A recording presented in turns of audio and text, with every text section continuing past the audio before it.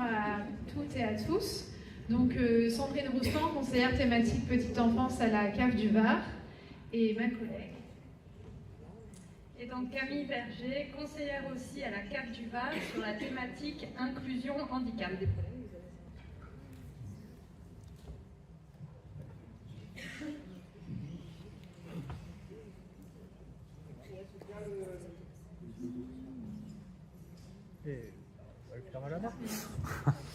Alors, en préambule, la CAF a une mission en fait d'accompagnement des structures, des familles et des partenaires engagés dans l'inclusion et plus globalement les publics fragilisés. Ça se matérialise par un appel à projet. On en a deux mobilisables, un sur la petite enfance plus globale qui peut prendre aussi en charge des projets avec de l'inclusion, et on en a un spécifique qui est l'appel à projet inclusion handicap.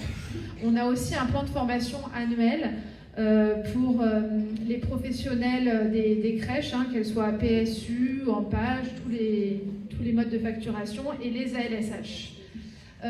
Toute cette politique est inscrite dans le SDSF, le schéma départemental des services aux familles du Var, qui est un schéma plurinstitutionnel et qui mentionne que l'objectif est de développer l'accueil attentionné des enfants porteurs de handicap au sein des équipements et offres généralistes. Parce que le but là de nos actions, c'est de faire de l'inclusion dans les structures en fait de droit commun, que ce soit on travaille aussi sur les classes passerelles, sur les ALSH, les accueils ados, les clubs sportifs. Voilà, c'est du soutien pour tous ces partenaires.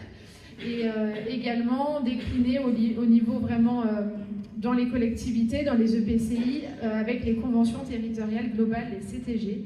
C'est un autre sujet. Et donc la CAF du Var délivre une prestation handicap à 25 000 bénéficiaires. Il y a 20 000 familles perçoivent l'AH, l'allocation adulte handicapé, et 5 000 enfants sont couverts par l'AEH, l'allocation pour les enfants.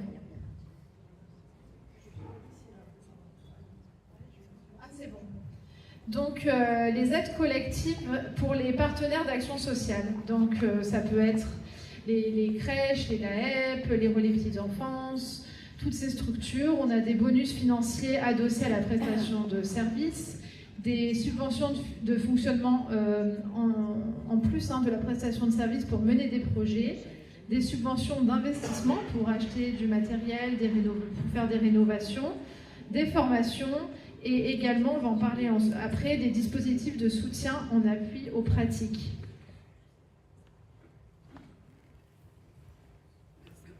Alors, les attendus de l'accueil en crèche, ça se matérialise globalement pour les structures conventionnées, mais également avec la charte d'accueil de l'enfant. Donc l'accueil inconditionnel, pas de surcoût facturé aux familles concernées, puisque comme on l'a dit, il y a des bonus adossés à la prestation de services pour couvrir le surcoût des structures. Donc une collaboration étroite avec les parents, une sensibilisation et la formation des équipes, des protocoles d'accueil adaptés aux jeunes enfants présentant des troubles, un partenariat avec les structures spécialisées et une réflexion globale sur la prise en compte du public dans les jeux, le mobilier, l'aisance des équipes. Et c'est là que l'appui du Paris prend tout son sens. On appuie à ces structures justement dans un rôle aussi d'accompagnement, de conseil, parce que c'est pas toujours facile d'avoir tout ce réseau. En ressources, vous avez le guide sur le repérage des troubles neurodéveloppementaux, et il y a un guide local petite enfance fait par la CAF du Var avec le Paris, d'autres partenaires qu'on vous enverra également ensuite.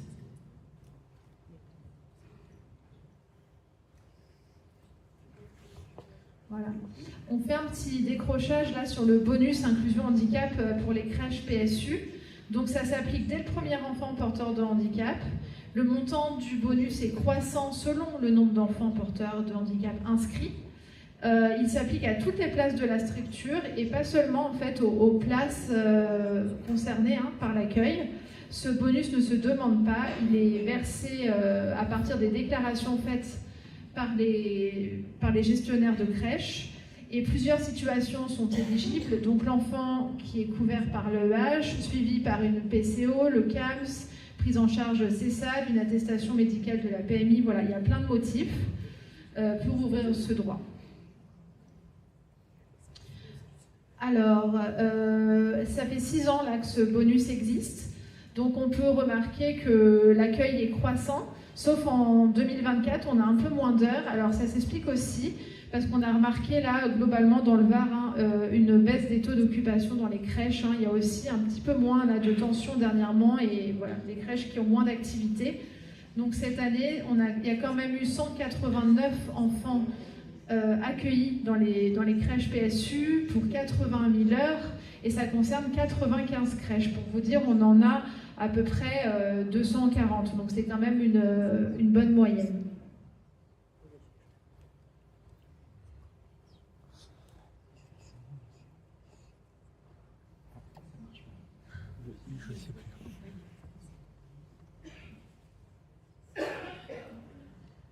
Alors, le guide Petite Enfance Inclusion Handicap, je vous en ai parlé tout à l'heure. Ce guide, c'est vraiment un outil précieux pour les directeurs de crèches, les professionnels de la petite enfance, mais également pour les professionnels des LAEP, des relais petite enfance, enfin voilà, toutes ces structures. Il y a vraiment un petit encart avec tous les partenaires qui sont financés ou non par la CAF du Var. On retrouve la PCO, voilà, des informations sur les CAM, sur le Paris. C'est extrêmement riche, c'est vraiment votre petit guide au quotidien pour avoir de l'information. Il faut savoir que pour de nombreuses actions, la CAF du Var soutient des associations, des partenaires pour qu'ils puissent ensuite intervenir dans les structures gratuitement. Voilà, là, toute cette offre-là est gratuite, donc c'est très intéressant. Il y a aussi des offres mobilisables par les familles en soutien.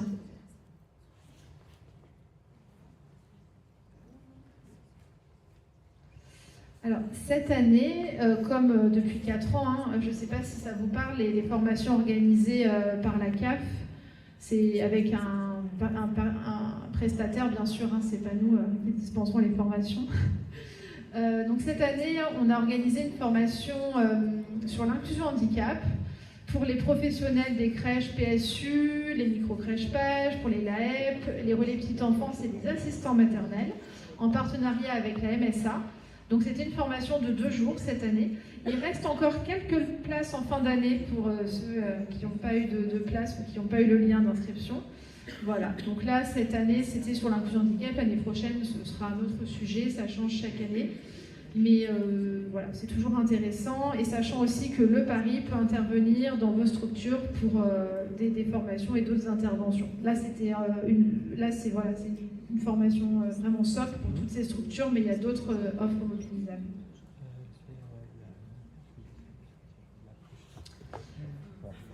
Alors là, je vais vous parler de Coridis.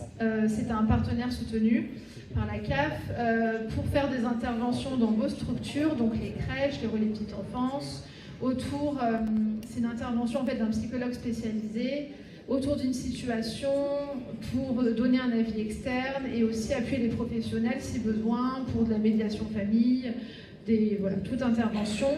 C'est coordonné par le Paris. Le mieux, c'est vraiment, je pense, de contacter le Paris qui après vous orientera vers ses partenaires. Voilà, vous avez le numéro de téléphone. On vous donnera dans le support.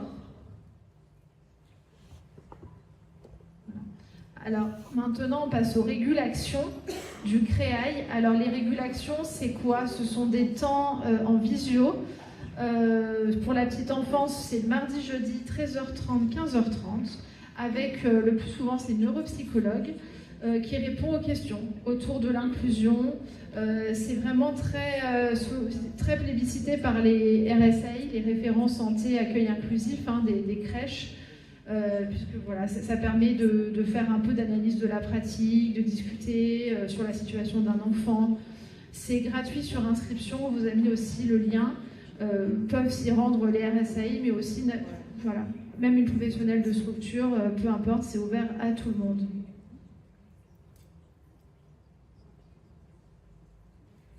Je laisse maintenant la parole à Camille.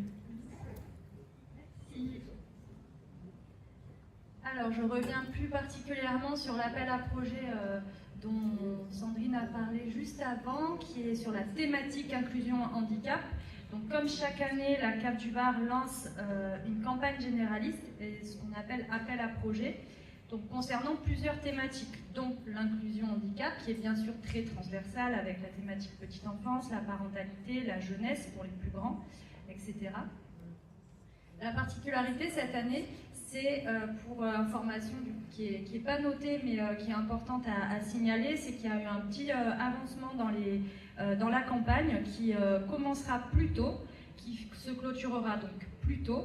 Tout ça pour vous permettre d'avoir voilà, des financements qui arrivent, des réponses à vos demandes de financement et des financements qui arrivent donc plus tôt dans l'année. Donc là, sur cette année 2025-2026, pour un appel à projet donc 2026, pour des projets qui auront lieu en 2026, la campagne commencera en novembre 2025 et se clôturera en janvier 2026. Pour des réponses en mars et des réponses voilà, sur les demandes en mars maximum. Pas de changement sur l'appel à projet inclusion handicap, il y aura toujours deux axes, avec un premier axe sur le développement de l'inclusion dans les EAJE et les ALSH. Donc là on parle de AJE, mais évidemment les projets existent aussi en accueil de loisirs. Pour soutenir les équipements avec une approche globale orientée vers l'inclusion. Et l'axe 2, tout ce qui est projet inclusif, donc parentalité, j'en ai parlé, de jeunesse, il y a le logement aussi comme thématique, le numérique, l'inclusion numérique.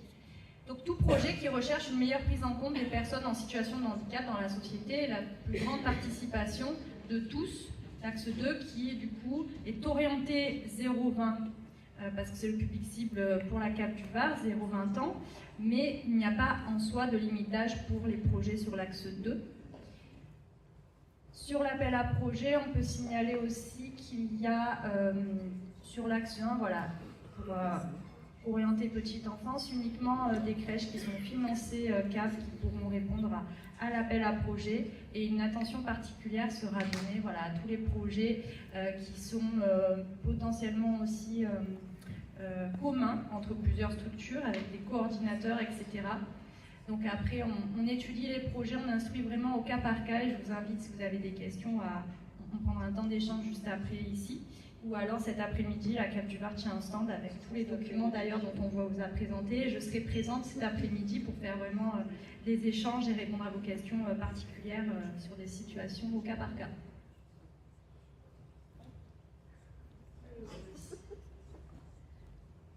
Ah, il y a le petit bilan qui apparaît, bilan 2024, donc voilà, c'était l'année dernière, avec 49% de nouveaux projets déposés sur cet appel à projet, inclusion handicap, et 46 projets en tout financés à hauteur de 687 000 €.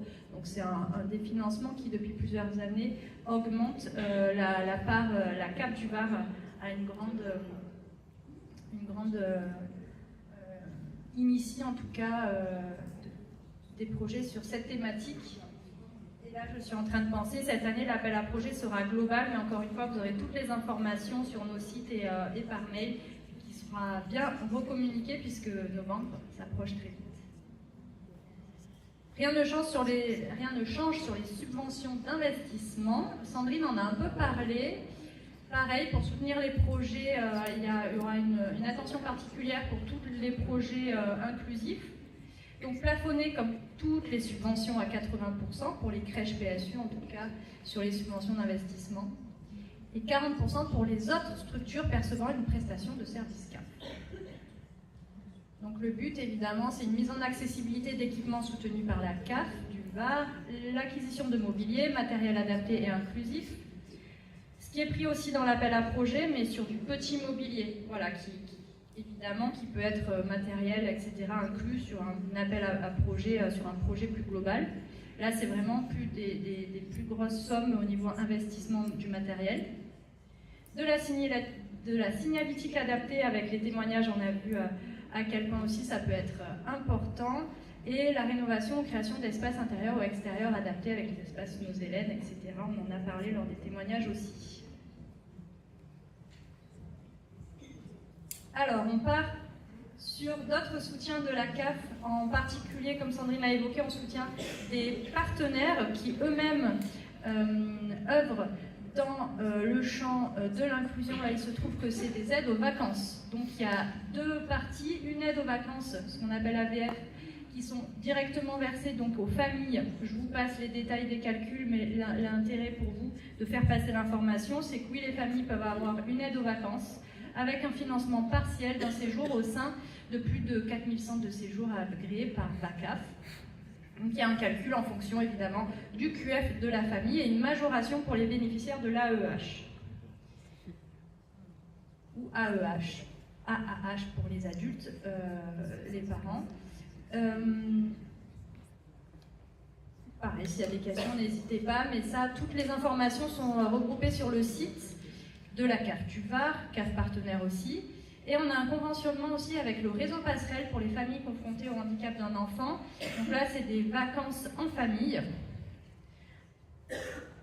Donc un accompagnement global permettant la levée de tous les freins au séjour et la prise en charge du surcoût par la CAF du Var de 1 550 € par semaine. Donc il y a des centres de séjour adaptés et accessibles, une mutualisation de personnel spécialisé sur place, un espace et temps de répit sur place pour les parents. Et la seule condition pour bénéficier du réseau Passerelle, c'est de bénéficier de l'AEH. Bien sûr que les familles peuvent partir plusieurs années de suite, plusieurs fois dans la même année, et il n'y a pas de limite d'enfants. La fratrie, bien sûr, peut partir lors de ces séjours en famille. Donc les contacts, c'est réseau Passerelle, c'est directement par cette association que les familles s'adressent ou que les professionnels, du coup, comme vous, vous pouvez aussi les contacter pour avoir plus d'informations ou adresser directement les familles à ces personnes. Voilà, c'est une association nationale, mais qui œuvre aussi, évidemment, pour tous les Varois, parce qu'ils sont, du coup, financés par la CAF du Var.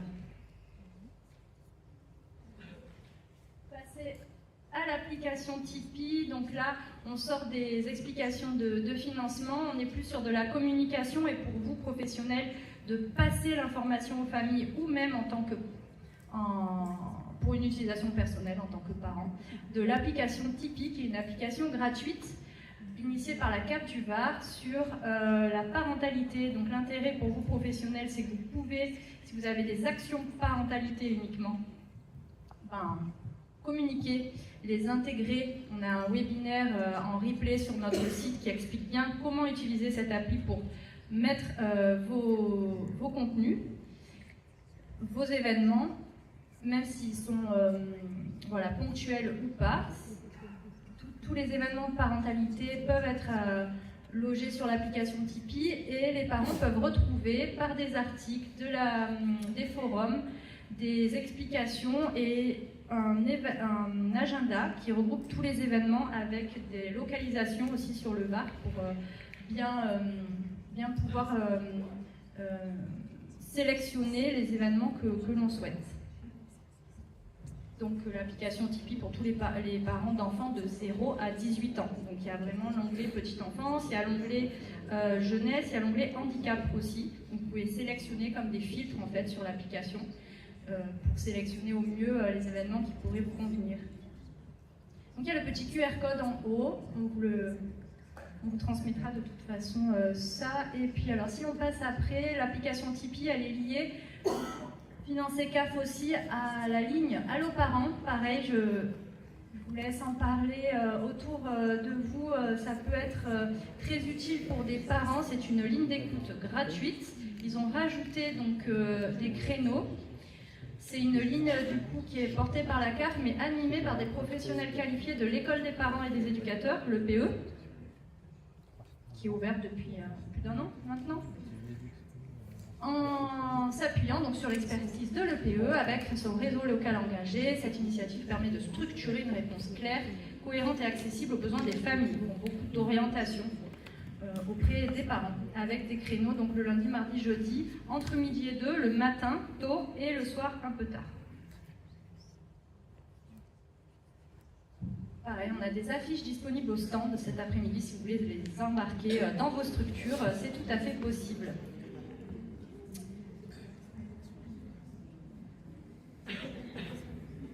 On aura un temps d'échange cet après-midi sur le stand, me dit-on, vu le créneau.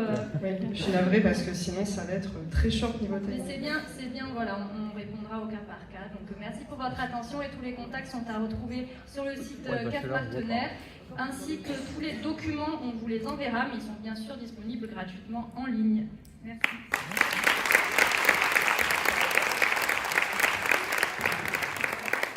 Un grand merci à toutes les deux pour cette présentation.